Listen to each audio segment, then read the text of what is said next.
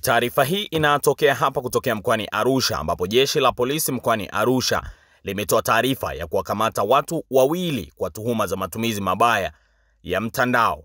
Kupitia taarifa ambayo imetolewa na jeshi la polisi, inasema kwamba katika baadhi ya mitandao ya kijamii kumekuwepo na taarifa ikieleza juu ya kukamatwa kwa watu wawili na watu wasiojulikana huko katika maeneo ya Maji ya Chai wilayani Arumeru mkoani Arusha, na nukuu: "Ukweli ni kwamba jeshi la polisi mkoani Arusha tarehe 20 mwezi wa 6 mwaka 2025 iliwakamata watu hao ambao ni Jackson Kabalo mwenye umri wa miaka 32 pamoja na Joseph Mrindoko mwenye umri wa miaka 37, wote wajasiriamali wakazi wa Maji ya Chai wilayani Arumeru mkoani Arusha kwa tuhuma za matumizi mabaya ya mitandao." Aidha, taarifa hiyo imesema kwamba upelelezi wa tukio hilo unaendelea. Pindi utakapokamilika, hatua zaidi za kisheria zitafuata.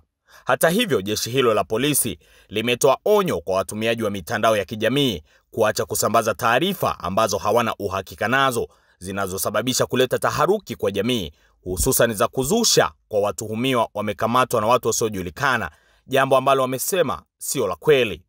Jeshi hilo limetoa taarifa hiyo baada ya mwenyekiti wa kijiji cha Maji ya Chai wilayani Arumeru mkoani Arusha, Mase Mbise, kukiria kwamba ofisi yake ilipewa taarifa na polisi juu ya kukamatwa kwa mmoja wa vijana hao ambao ni Joseph Mrindoko, na kueleza kwamba polisi walianza kutoa taarifa ofisi ya kijiji kuhusiana na ukamataji huo.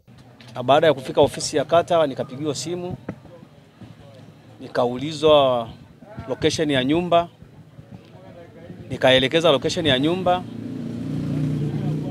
Kwa hiyo walipofika nyumbani kwa huyo bwana au kumkuta, lakini kuna intelligence yao ambao walitumia, wakafika pale wakapafahamu vizuri.